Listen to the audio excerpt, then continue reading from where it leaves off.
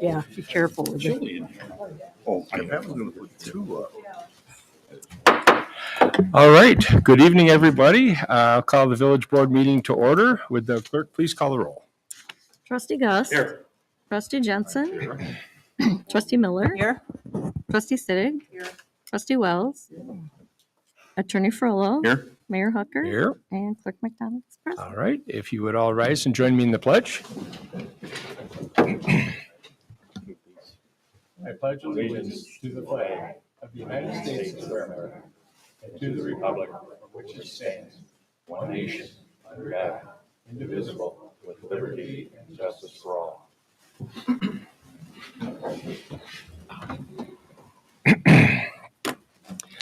All right. First item on our agenda tonight is public comment on agenda items. These are comments from the citizens that would wish to address anything that's on the agenda. Later in our agenda, towards the very end, we have citizens wishing to address the board on any and all topics. So I'll open the floor up. All we ask is that you'd come up to the podium, state your name, and state your case.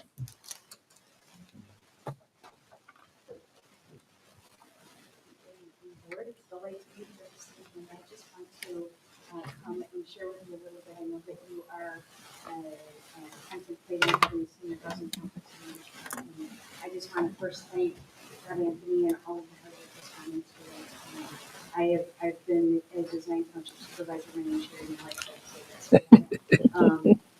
Since the inception of design center packages, and I'm here to tell you that it has always been a 100% estimate. It has never been a problem.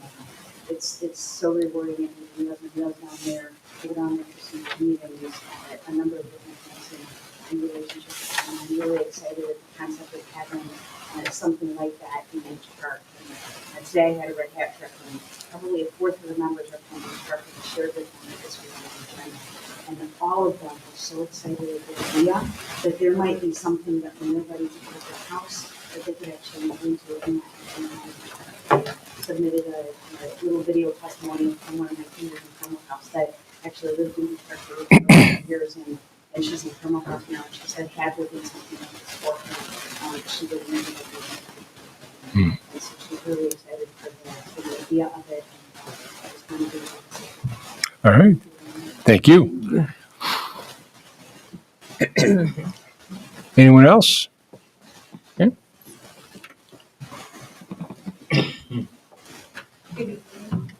My name is Laura Olvera Yarza, and I've been a park resident for the last 11 years. Before that, my mom and stepdad lived in this park until they retired just 15 years ago.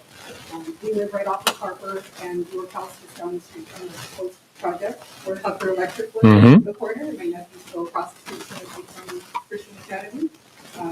My family and I are in full support of this project. For full transparency, as I shared in the initial meeting, I am an employee of Community Partners for Affordable Housing and have been for almost 20 years. And as I previously shared in the first meeting, I am other staff that are also Beach Park residents that also vote in your support. We're not asked to be here, we were not forced or coerced, or we're not getting any kind of bonus for being here extra, although that would be nice. Just kidding. We offered, and because of we can speak to the work that we do, and the responsiveness of our property management, and just overall how much we care about the communities that we serve.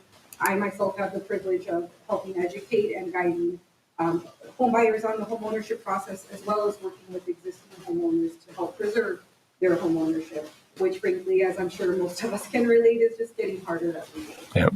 As I mentioned, my mom and stepdad retired a few years ago, and with their hard-earned savings, they were able to build a home in Mexico.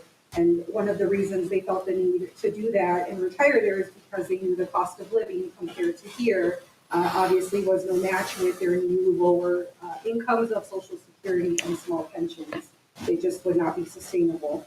And sure, they could live with their beloved daughter. I would have no issue with that. But I know how independent they are, and they would want to have their own space and the dignity to age in place. And fortunately for them, they had that option, but not everyone does. So I'd like to think that if this project were available when they had retired, that would have meant It would have been down the street from me where I could visit and take them to doctor's appointments, and God forbid if there were an emergency, I'd be close by. Right. And so for all of these reasons, again, my family and I feel support this project. Thank Very you good. for your consideration. Thank you. Thank you. Anyone else? Okay, well, then we'll move on to our consent agenda tonight, which includes the following items. Approval of the Village Board regular meeting minutes from June 13th, 2024. Bills presented for payment in the amount of $416,162.97. The monthly finance report for May and the monthly community development report for May. Is there anything the board would have us consider separately? Hearing nothing, I would accept a motion to approve this consent agenda. Second. Motion by trustee Gus, second by trustee Miller. Discussion? All right, roll call, please. Trustee Gus. Aye. Trustee Jensen. Aye. Trustee Miller. Aye. Trustee Siddick. Aye. Trustee Wells. All right, motion carries.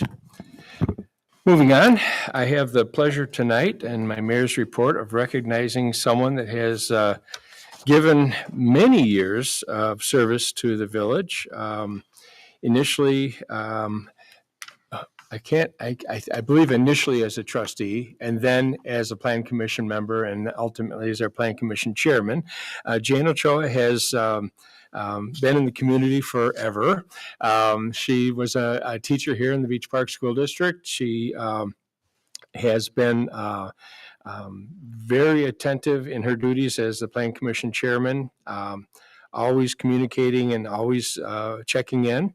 It's kind of bittersweet because we don't like losing talent and people that have performed so well over the years, but at the same time, we understand that we have have to say goodbye once in a while, and only goodbye to the position, not to you. So stay around. So I'll read this into the microphone so everyone can hear it, and then we'll come up front and ask Jane to come up. But it says, with our heartfelt appreciation, we honor Jane Ochoa. You have the sincere recognition and deep gratitude from the Village of Beach Park for the service and leadership you have provided for, I believe, more than 25 years. Your passion, loyalty, and commitment were invaluable. Signed the mayor and board of trustees, June 27th. This was actually dated 2024. So, Jane, if you would please come up. I'll meet you over here in the front. Come on over. We'll get it here with all the shiny lights and this is your. You gotta get some nice pictures.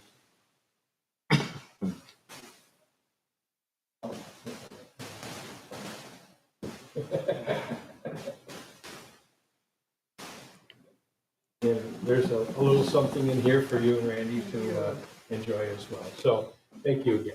Really appreciate it. I just love Beach Park. Yep. I started in first grade. Yep. Absolutely. I agree. When I heard about them, it was a kid house. Yeah. It's so perfect. Land is beautiful. Yeah. Okay. Thank you. Thank you, Jane.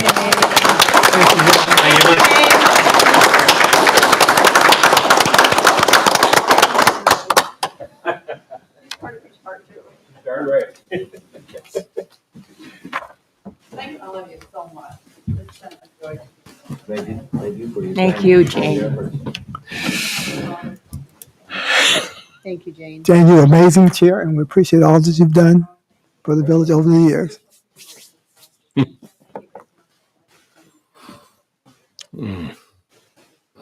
Thank you. Thank you. All right. Well, then we'll move on to trustee reports. First up, we've got Finance Committee. Trustee Jensen. Nothing apart from the next scheduled meeting date, which is Tuesday the 16th at 6 p.m. upstairs. Once again, seating is limited, so get there early. That's all I have. You might need to start selling tickets one of these times, and we could get, If the school district has another tax increase proposal, people misread it on Facebook and we get a full house again. That's the only time we ever had any guests. Yeah. All right, next up, we've got Parks and Recreation, Trustee Gust. Thank you, Your Honor. First item we got is next Friday, we have a movie in the park. Name of the movie is Wish. We start, give or take, around 8:15. First item. Second item, following in August, we have Beach Park Fest, Car and Truck Show, Crafters, Fire Trucks, Police, Trackless Train, Food Trucks. And this year, we're gonna try to sell beer and wine. Uh-oh. Hopefully we got a hot day so I can sell it. And then last but not least, we have tentatively December 13th. We were gonna have our senior Christmas party at Bonnie Brook Golf Course. All right, So, excellent. to be determined. All right, We'll hand out more brochures. now you don't dye your hair for that one, right? I could if you need it. No, I think you got the right color going there. Finally- It finally came back. I bought some of that hair growth, whatever that guy sells on TV. Oh. Whatever his name is. That ends my report. Thank you, sir. All right, next up, we've got Planning, Building, and Zoning Committee, Trustee Wells. What have you got tonight? Thank you, Anna. I have a couple of items for your consumption. First, order of business is an ordinance approving a petition for community partners for affordable housing for a zoning map amendment for R2 single family residential district to R3C, multiple family residential district at 10450 West York House Road. And we also have another, I probably should hold back on that. Yeah, that'll be step 2 or part 2. Right, And moving forth, they did have a public hearing. The Planning Commission held a hearing on May 2nd, 2024. Continuance was held on June the 6th of 2024. There was a robust discussion about proposals from community partners for affordable housing with the SEPA for 40-unit senior housing townhome development. Said senior housing would be age restricted, age 55 and older, by way of land use restrictive agreement. The related staff reports and SEPA's presentation are attached to the highlights, all the elements involved in the proposal. In order to build a unique development, SEPA has requested a zoning map amendment and conditional use permit for planned development. Developer has submitted all necessary documents for preliminary plat approval. We, during the hearing, there was a very robust crowd. And I've received, just for your information, I've received several positive emails regarding support of this proposal. I think it's something that a number of individuals have been hoping and desiring for some years. People have talked about senior housing, adult housing, and this is something I think we all have been waiting for and look forward to. And I'd like to bring that forth in the form of a motion. all right, we have a motion to approve. Do we have a second? Second. We have a second by Trustee Gust. Discussion. I had one, a couple of questions. Now, I don't know if I'm jumping ahead to item 2 or not, but one reference in the presentation that was in our packet mentioned the potential for the village to address existing stormwater issues in conjunction with this project. And we discussed that briefly at our Public Works Committee last night. Night before last. It's a little bit vague here. And is there an agreement to cover this, or is it just potential? Nimrod, did you want to speak to that? Is the opportunity of the contract purchaser, SEPA, willing to provide as much space as we need to account for additional stormwater detention in the area. They have an amount that they have to be allocated for their own development on the site. Basically, they're only developing about a third of the entire land for the actual townhomes and infrastructure related to it. So we can piggyback on any of their infrastructure they're installing to put any type of additional capacity that we may need with improvements in the area. Is that documented in any sort of agreement, or is that just a handshake? It's not. It will be in the final plat approval. So But not what's currently here right now. Correct. That right now it's just a verbal. Right now, this is preliminary approval, so it's a preliminary plat. Yeah, and that drainage issue is a big deal for the village, as you know. So that's a big issue for us, I think. Okay. Procedurally, you mentioned preliminary and final plat.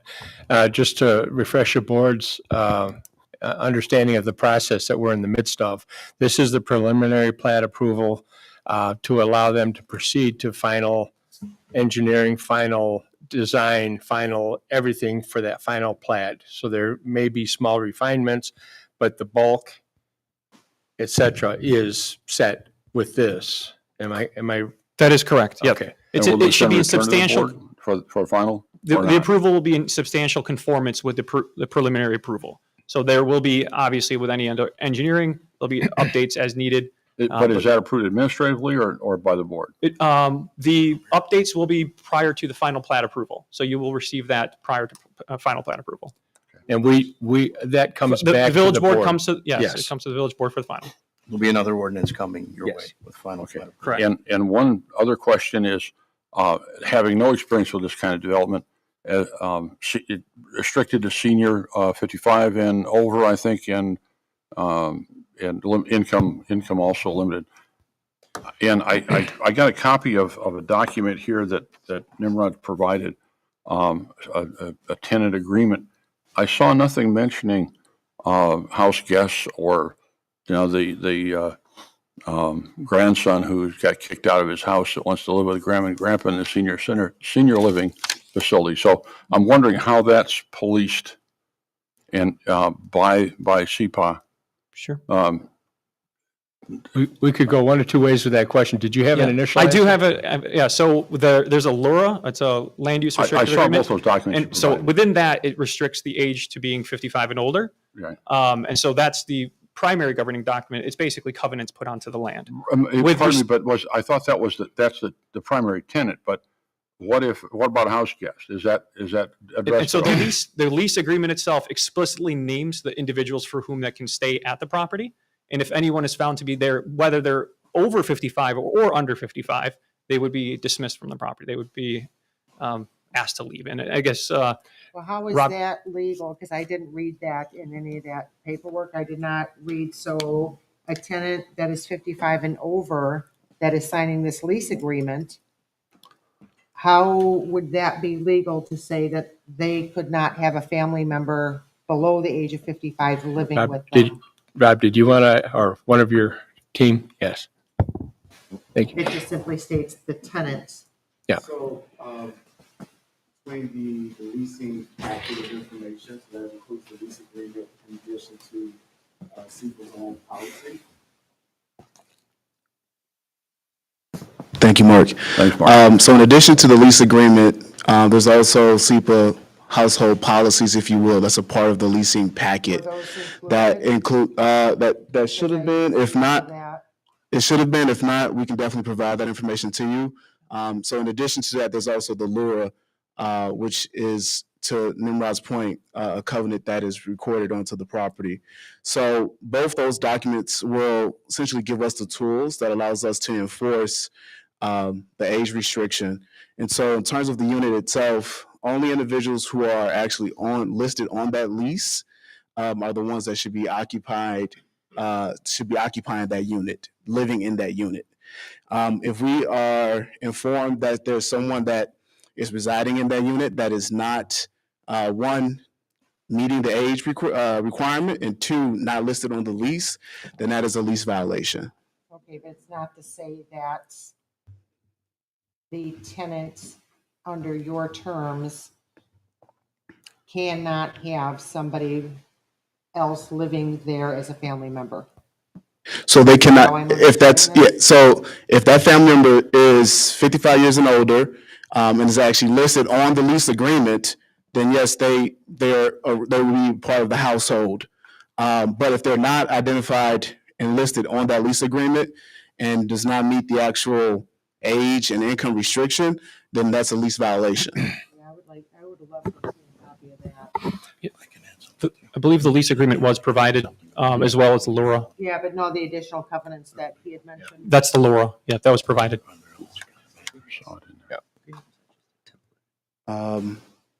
It doesn't say. Was it? Yeah, I think part of the confusion might be a sample lease was asked to be provided, which we provided. I don't think that was a senior housing lease. I think that was just a sample lease that we makes used. much Yeah. more sense Yeah. because I didn't read any of Yeah. that. Yeah. one. So the senior housing does have specific language about age. And I think it's important to recognize this is a zoning process we're going through now, with the understanding that the land will ultimately be covenanted. That's the comfort that the board has in the age of the tenant, et cetera.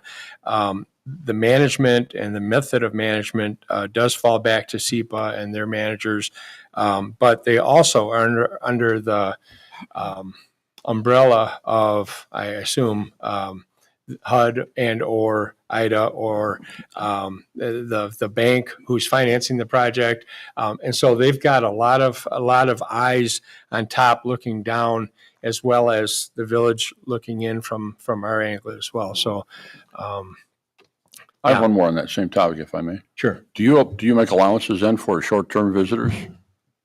So we as the residents, are allowed to have guests, but it's up to, in terms of the actual time or length of visit, is a limitation.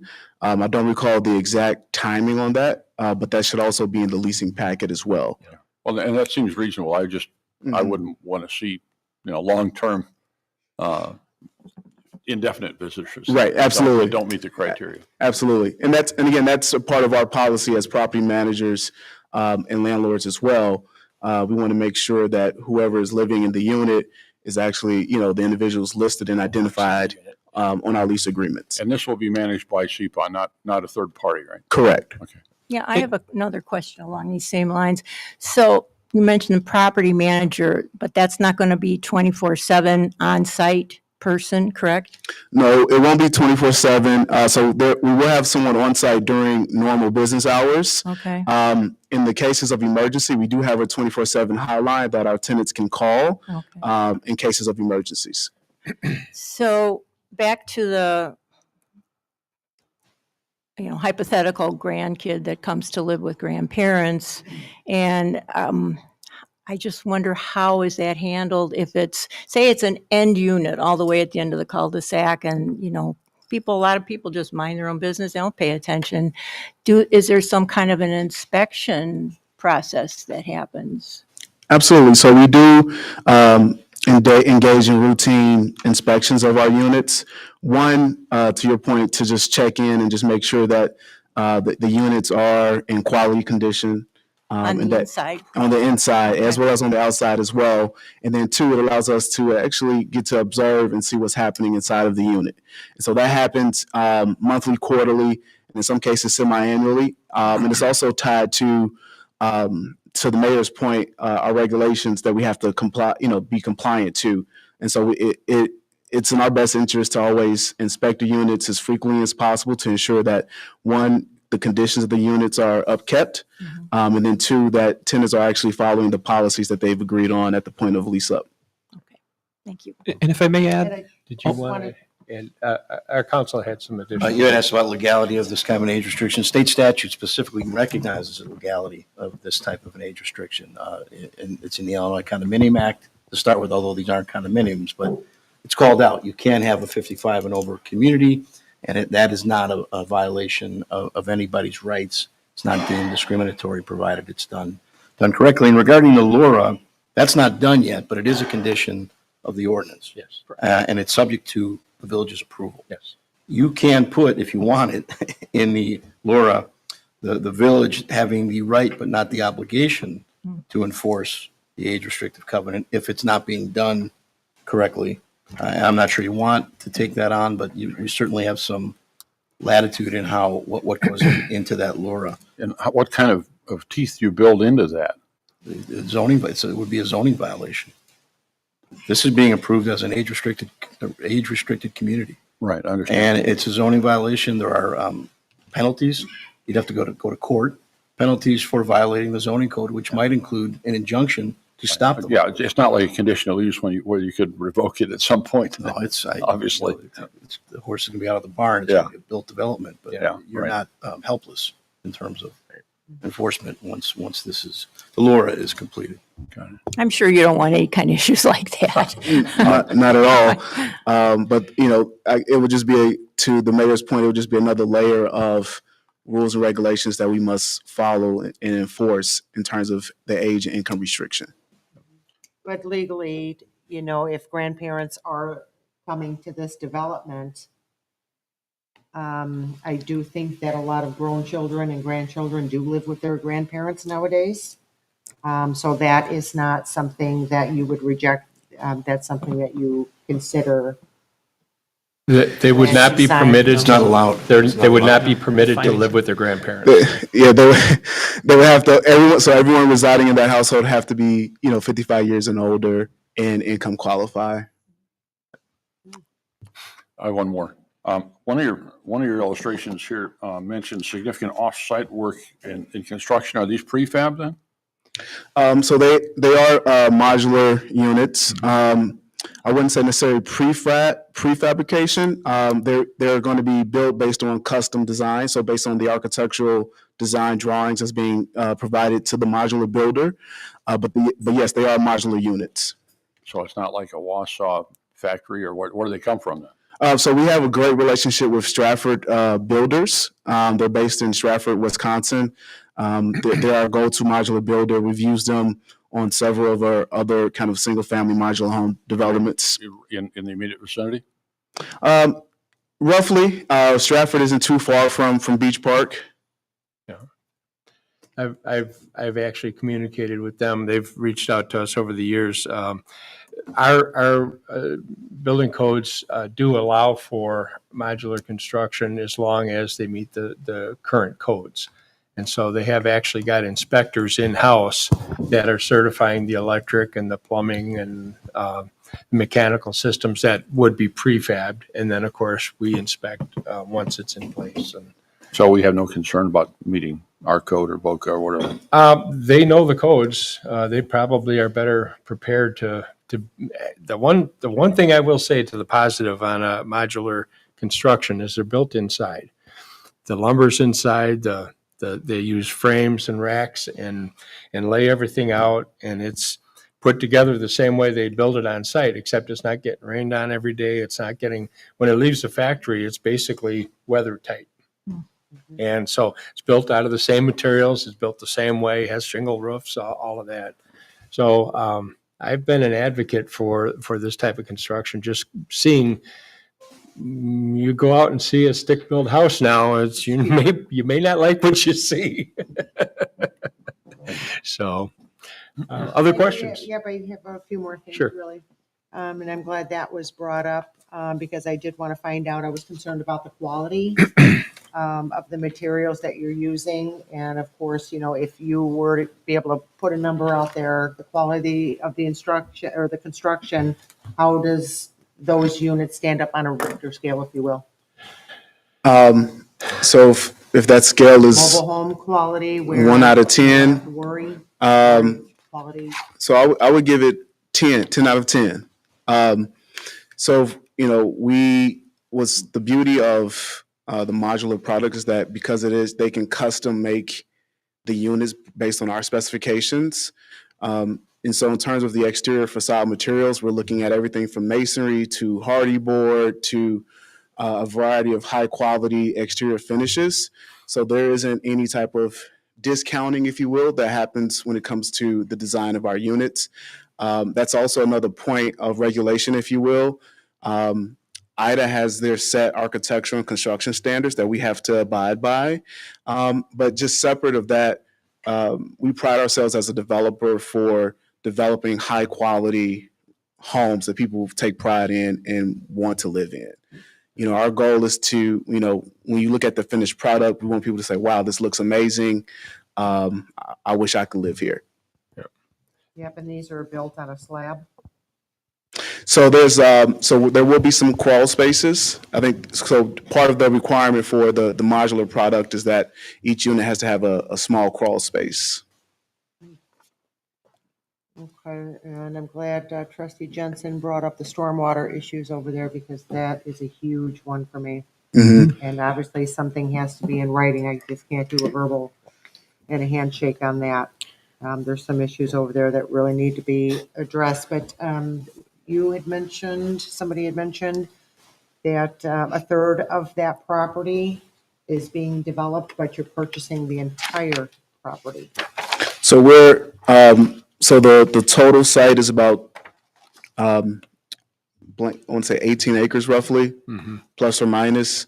And so we're only developing a third of of that total. A third of that for now, And then eventually you're gonna the develop remaining- The rest of it? Well, so we're going to leave the remaining acres open. We're going to construct a wetland to help with stormwater management.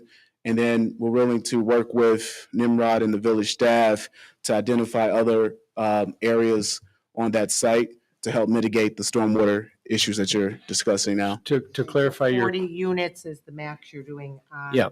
that. on the 18 acres. So the 18 acres is what's shown on the sketch. It's not the entire 75 acres of the black property there.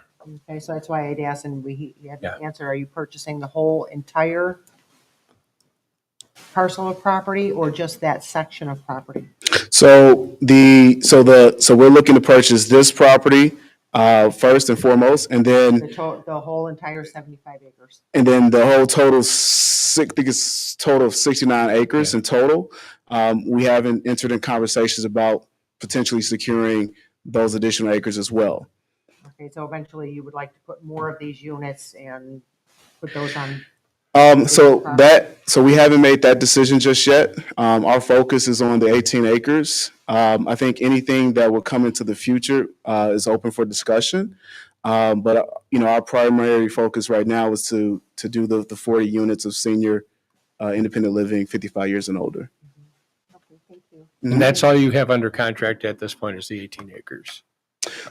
So right now, it's based on the 18 acres and potentially the additional acres to follow. An option or future discussion. Okay, Correct. got it. Okay, and this is just for the 18 Yes, acres. that's all we're approving, or we're being asked to Okay, approve and then I tonight. just had one last item I wanted to bring up because I wasn't sure what what the village was getting out of this project. Obviously, we don't have a property tax. I'm not seeing anything about impact fees. Nothing like that was ever mentioned, but I got to keep the police department and the fire departments in mind because they do service everyone in this village, and we do have a pretty hefty bill Absolutely. with the sheriff's department. So I wondered why I didn't see anything about. We impact fees in here. we don't have any impact fee ordinances in the village. We don't have any requirement. We have sent developers in the past to talk to the school districts specifically. When there's going to be an impact, obviously, if you're putting 100 homes in and they got kids, there's going to be a delay in the revenue stream. But we've never done anything, and correct me if I'm wrong, we have no specific ordinance requiring. The only requirement we have is for park dedication in new subdivisions, and this is not a new subdivision. Right. Right, and if I just, what had come to mind was the house, which is now Station 2. When Cambridge had gone in, that home was purchased, I think for $1 million or something, and then that was given to the village for a community center. And in lieu of impact fees at that time, it's quite a few years ago, but. Yep. I think the would like- cooperation on stormwater is Yeah. probably the only direct impact that they, we've put in front of them at least at this point, so. I would like These are to just clarify that. items for- Absolutely. So to clarify, one point, so we will be paying property taxes. Not to the village. So I'm not sure, I'm assuming that's paid through the township. I'm not sure exactly how. The village doesn't have a real estate tax, so Okay. we don't collect a direct tax off of any real estate Okay, improvements. got it. Paid to the county. I see. So we are, It would be going to the schools, the fire department, Okay. the county, on the library district, et cetera. got it, Yeah. got it. So I just want to just go on record by saying we are projecting this development paying property taxes. In addition to that, obviously, as a part of the development process, there's, building permit fees. Yep. that would need to get paid as well, which I would, want to collaborate with village staff to discuss kind of what the cost estimate of total fees are, just to make sure that that's included in our development budget. As it relates to impact fees, given that it's senior housing, we don't anticipate there being any impact fees to the development. I think police and fire, because everyone at some point is going to need the fire department. Yep. The police department. And so we'll definitely reach out to Mark and Nimrod to discuss building permit fees, and make sure that gets captured into our project budget to make sure those get covered. And one thing that hasn't been mentioned, and I think it's worth bringing up, is the fact that the project maintains its own streets. Own and maintain your own streets. That's not a burden that will fall back on the village Correct. for Correct. street maintenance. Absolutely. What's the anticipated population of the 40 units? I know it's a movable number, but what would you anticipate? Average of 2 per, 1.5? So typically, I would say, in most of our senior housing developments, it's usually one person household. There is the occasional couple, married couple that's downsized. Yep. But for the most part, it's usually individual seniors. Okay. So from a revenue point of view, the village does have its share of the local government distributive share, and that comes at motor fuel tax as well, if they're buying gas. But any of the income tax, any of the taxes that are distributed on a per capita, that would generate a small, but obviously an increase, at least from the village's perspective as well. Okay. Any other questions? I have a few Yes. questions and some clarification. I know we discussed the modular unit be constructed on the site. The village does have an ordinance that addresses closed wall modular or other panelized type of construction. We actually have a vetting process where our inspectors, if need be, if they're not familiar with the developer, would actually go out to the site. They would visit, they would inspect to make sure the product is satisfactory to the standards that the Village of Beach Park anticipates.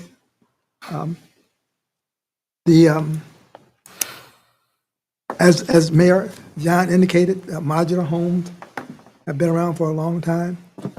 There's debating opinions on that. There's some that feel that modulars are much more are superior to stick-built structures simply because they're built in a controlled environment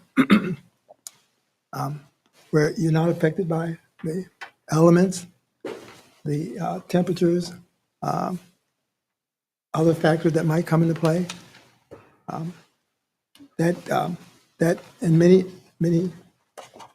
individual eyes is a benefit plus for the modular or panelized structures.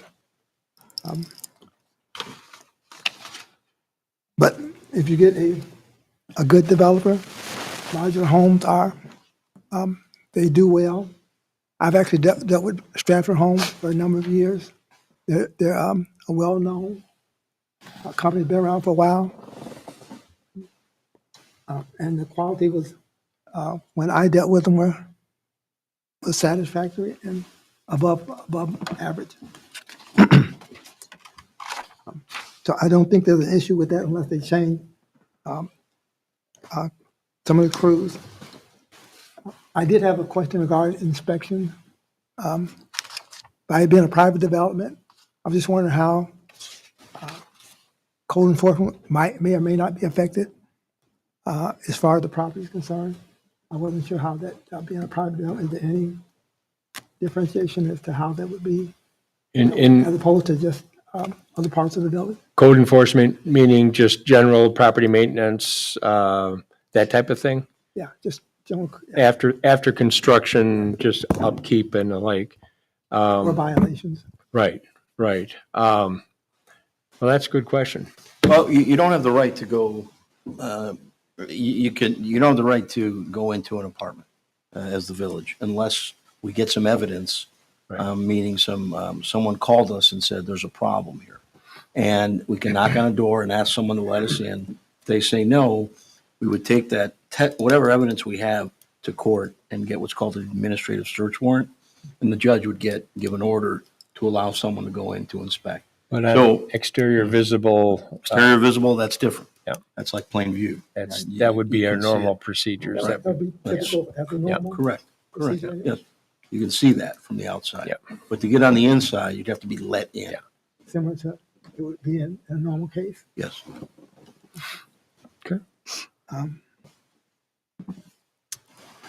Do they have any on-site security? Just curious if they have any intention of having any on-site security? as part of the development? So for the most part, we do not. I think, in a situation where, in a very hypothetical, unlikely situation in which security becomes a problem, oftentimes we would collaborate with the local police chief to see if we can have someone on patrol that does a routine kind of drive around and throughout the development to keep an eye on things. But for the most part, we do not have a need for on-site security.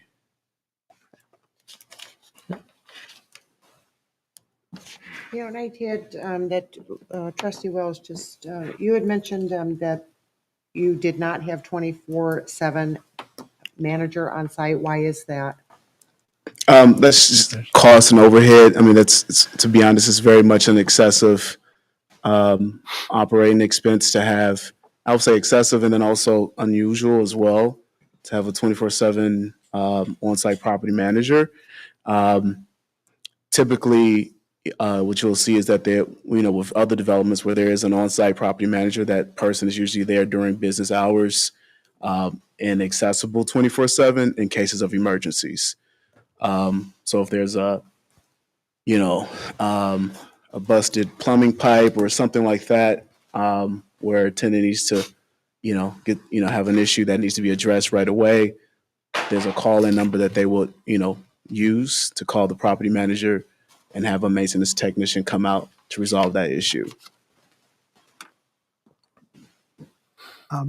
Yes. Also wondering, monotony ordinance would come into play as far as the development is concerned. I know we have a monotony ordinance that would be honored as we go through the process as far as distinction of the buildings. So our goal is to aesthetically create a community in which, is vibrant. There isn't kind of this kind of one look, monotony kind of look throughout the development. So we want to, again, create communities that is vibrant, that, looks attractive and appealing to the community, and have, some creativity and innovation architecturally. That would be much appreciated. I looked at some of the developments in Lake Forest, Libertyville, Vernon Hills. They have some very aesthetically pleasing structures and developments. I just want to encourage them to take consideration the Village of Beach Park. We may not be Vernon Hills. We may not be Highland Park or Lake Forest. However, we want quality developments here. We want to be proud of what we're bringing to our community and to our residents. I'm sure you've taken that into consideration. I just want to emphasize that we do have a desire for quality, aesthetically pleasing development. Okay. Any other questions, I Dirk? have A couple more. Okay. Sound like you're wrapping it up. Sorry. One of the things that I would encourage, if they could possibly consider the incorporation of some masonry to add some character to the building. Right now, it doesn't appear that there's any masonry, although a lot of the other projects there's again, exterior finishes that are quite attractive. Just wondering if you can factor that into your thoughts as we progress along the project. I was just going to add one more comment on your security questions. If you've driven through Zion Senior Cottages at all, that's 110 units, so it's almost 3 times the size of this development. And if you drive through at any time of day, you'll see how peaceful and quiet and relaxing and how well maintained everything is. At the Planning Commission meeting, the property manager for Zion Senior Cottages, who's been there for 17 years, she testified at that meeting that she can recall 1 police call in 17 years that she's been managing the property. Yeah, I read it, but we had a couple or something, but I didn't verify that. Yeah.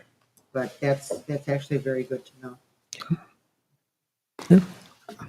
I also had a question regarding, there's a comment in your documentation that states that there'll be additional 4.68 million in local income in the course of the first year from the development. Just curious as to where those numbers come from. How you come up with those numbers?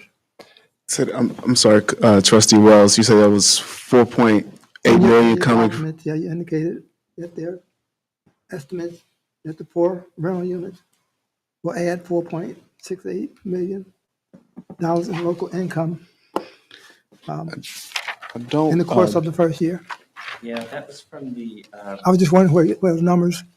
I'm sorry, I don't recall exactly off top. Let's see. That was an average from, I think it was the National Association of Home Builders. It's on page 58 of your PowerPoint.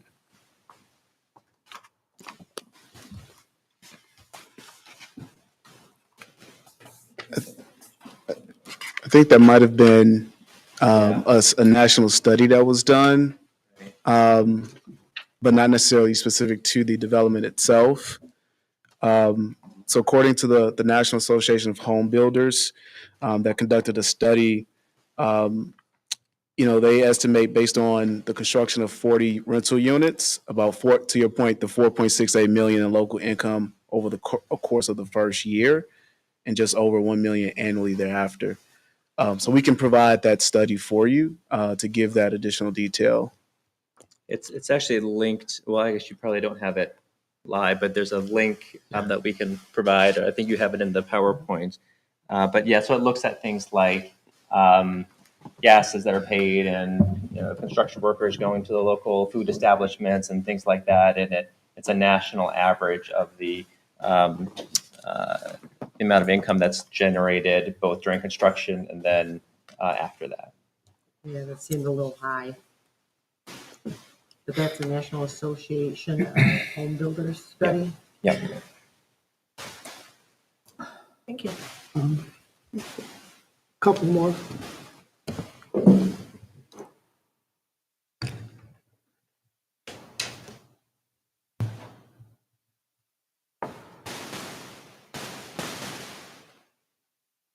As far as screening, you indicated that there's a background check, income screening.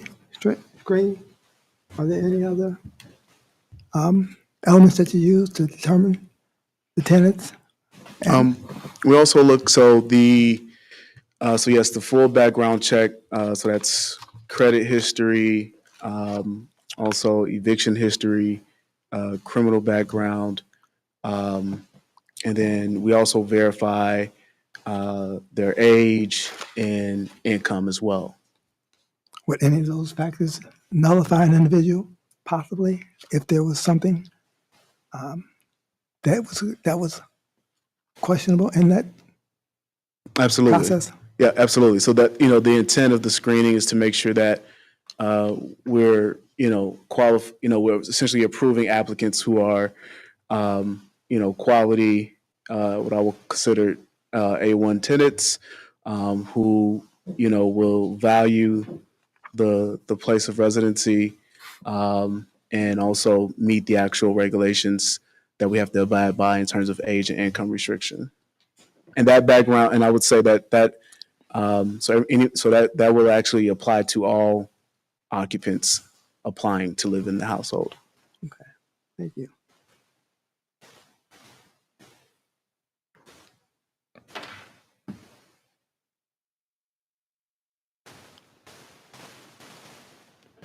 do you guys, as far as your manufacturing construction company, I know you mentioned Stratford. Do you typically use the same developer, or are there other developers? So as in terms of the modular builder, our relationship is with Stratford Homes. That's who we've used pretty much for every modular development that we've been a part of and spearheaded. It's always been Stratford. We have a great relationship with them, and that would be the actual modular build that we intend to use for this development. Have they built these units before? So they've done everything from, so yes, so single family homes, attached housing. Did they do ones in Lake Forest or? So did it, no. Ones in Lake Forest. We did several single-family homes in North Chicago. We've done single-family homes around Lake Park. We've done some Where's the four-unit ones in rental. North Chicago? Because I'd like to go see them. Single-family homes. Yeah, those are on Kennedy. That would give you a good idea of the quality and I- workmanship that they do. I believe those also were shared in the previous email, but I can forward that once more. The picture of the facility in the Yeah, home in North Chicago as well. Just want to, I saw that, but I want to go there in person to see that one. You would never know that it was built via modular construction when you drive by. It's not some of those stereotypes or images that people have of modular homes years ago that. No, I look like a understand trailer that or part. I something. actually, I like the modular homes. I've seen some very nice ones in the past. I'm just not familiar with Stratford Homes, and every builder has different quality craftsmanship and use different materials. So I'm just kind of curious to know what they do in North Chicago. Absolutely. And, one of the things that we really enjoy about Stratford is that they welcome tours of their facility. So I would imagine at some point throughout the entitlement process, if trustee members would love to kind of tour the facility to get an idea of their process, which Trustee Wells kind of touched on, we're more than welcome to organize that field trip, if you will, to visit their facility. No problem. Other than that, the only other thing I'd like to say in closing is that we appreciate SEPA, all the parties involved that made this happen, Planning Commission, the board, the mayor, staff, and all those individuals in the neighborhood that sent emails in of support for the project. I would like to emphasize the desire to see more aesthetically appealing product if possible. Possibly, and I'm not telling how to design your structure. Some of the columns that they look pretty basic, they could consider wrapping them, putting a different type of architectural column. Even the shared roof is not necessarily the most appealing roof on the market. Just things that enhance it and give us more character and a much more aesthetically pleasing product would be appreciated. Yeah, how did you come up with the name Lake Plain? That's a great question. Trustee Wells, we definitely acknowledge and welcome your architectural feedback and input. So please feel free to keep that coming. This is, again, a very preliminary design. This isn't final design. So I welcome that input, and we'll definitely investigate and explore all those different architectural features you mentioned. In terms of the name, so, we like to research the community and the area in which we, want to provide and fulfill a housing need. And so part of our initial research, we identified the local ecosystem here in Beach Park. And the official name of I think that the ecosystem is Lake Plain. And I'm blanking on the rest of it, but essentially it's in reference to the local wildlife and ecosystem in the area. As you all know, that the site is, this beautiful, lush green vegetation with existing wetlands. And so we wanted to, kind of pay tribute to that and acknowledge that and also honor that. And so that's kind of the background to the name. I'm just sort of piggybacking on what Trustee Wells said. When I think of plane, I think of boring and monotonous. Oh. You know, Yeah. and the picture here is sort of monochromatic and they sort of all look the same. So let's not go there. Right, right. It was more like plain as in terms of prairie Yeah, yeah. and Getcha now. wildlife Mhm. and so we'll make sure to emphasize that Okay. in renderings and in photos going forward. Okay. And in products and materials. Yes, absolutely. Yep, and I did have a couple more for you. Okay. Okay, the $50,000, was that a combined income or per tenant? That's per I would say per household. So the total collective household individuals have to be at that income limit per household. So that's the ceiling limit. I think that, given, and that's an income restriction that's placed on us at the federal level that we have to abide by. Okay, because I think, what was it, the rent you were charging was between $900 and $1,200? Roughly, yes. Okay, Yep. that's affordable with somebody only making $50,000 before taxes. Correct. So it's affordable to that individual making that income, annual income. And that's us following federal guidelines on how to calculate that and ensure affordability.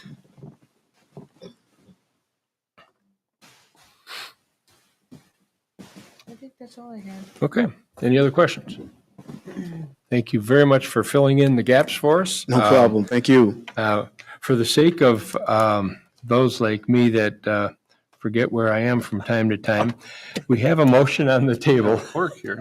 We have a motion on that is open for an ordinance approving the petition of community partners for affordable housing for a zoning map amendment from R2 single family to R3C multifamily residential at 10450 West York House Road. We've had that and a second. We've had discussion. So I guess now it's time to call the roll. Trustee Jensen. Aye. Trustee Miller. Aye. Trustee Sitter. Aye. Trustee Wells. Aye. Trustee Gust. Aye. Motion carries. Then we have a part two. Part two, won't be as long. Maybe. A motion to approve an ordinance for conditional use permit for planned development with associated zoning variances at 10450 West Yorkshire, York House Road and related preliminary plat.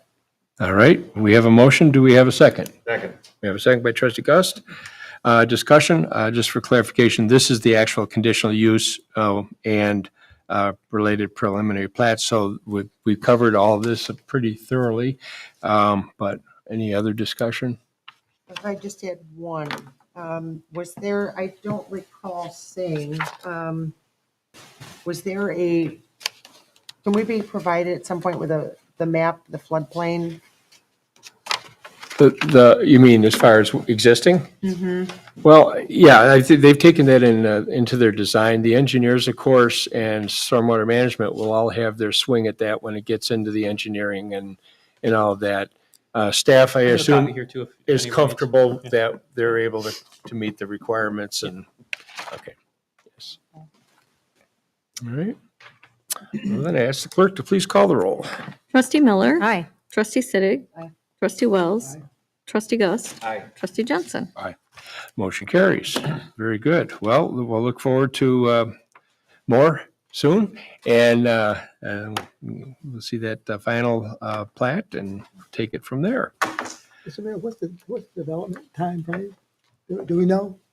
Have I assume from when you say go, because obviously you've got a lot in front of you still. But from what is your construction timeline typically? So, we always try the goal or the aim is to do at least 12 months of a construction. So a 12-month construction period. Sometimes that can kind of, obviously extend to more of a 15-month construction period. But, I'm aiming for 12 months as of right now. In terms of an actual start date, that's, we have, to your point, we have kind of a long path in front of us.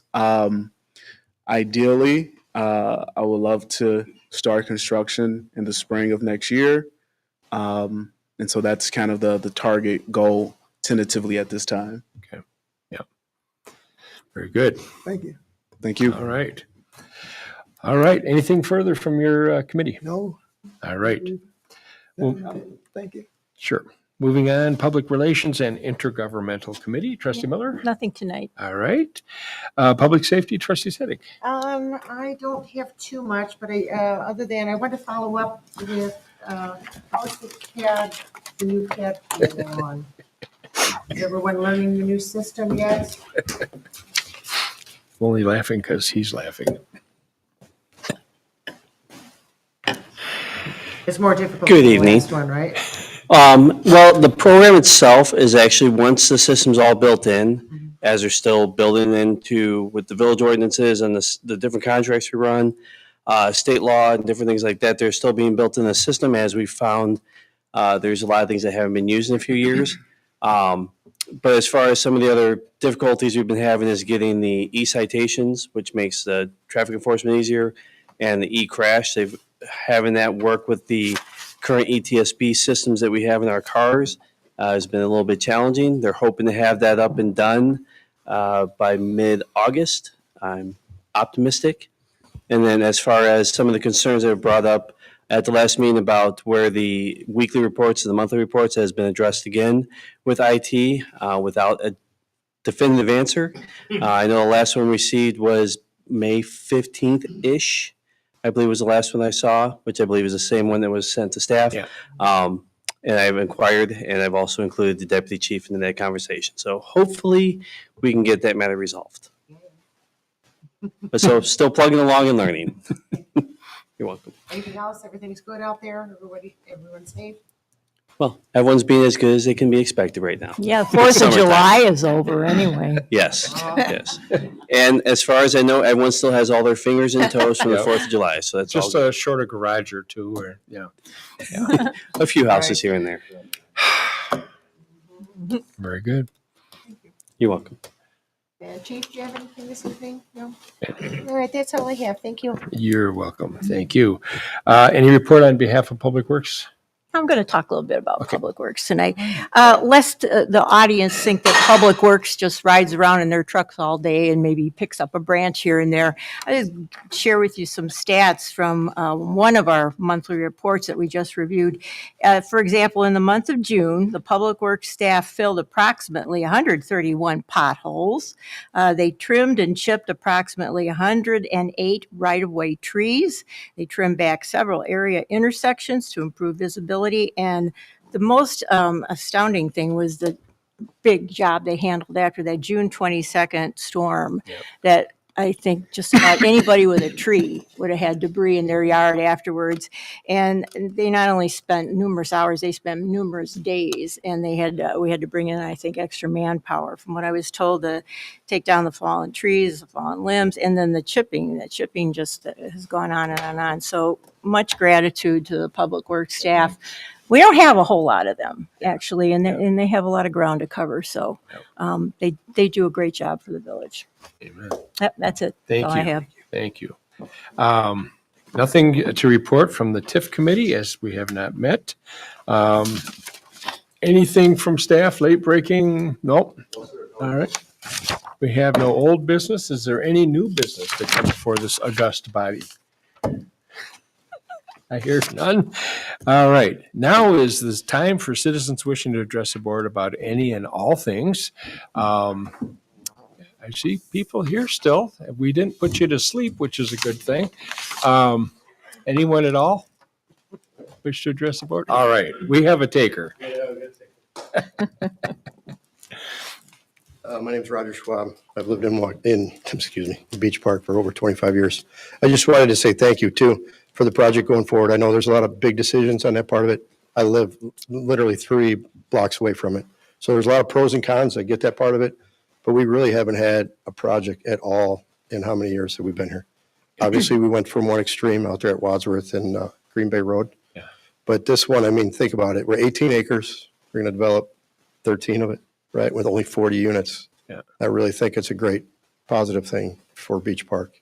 on that part of it. So thank you. Excellent. Thanks, Roger. Thank you. Anyone else? I guess we're all going to be shy tonight. One.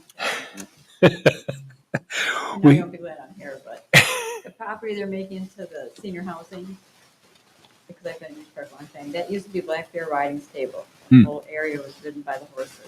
Mm-hmm. It's got some fertile district.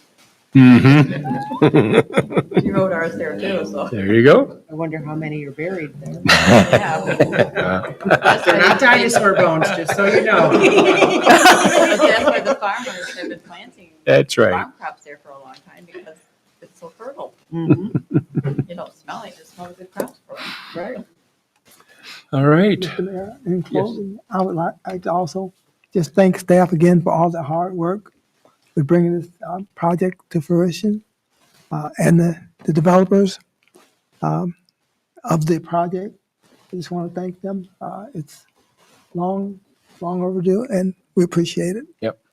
And thank you, staff, for a great job. Definitely. Excellent. All you folks. All right. Well, we have no cause tonight for an executive session. Mayor, Ah, it'd be my pleasure to offer a motion to adjourn. we have a motion. Do we have a second? Look over here for the second. All in favor? Aye. Opposed? We are adjourned. Thank you. Thank you, ladies and gentlemen.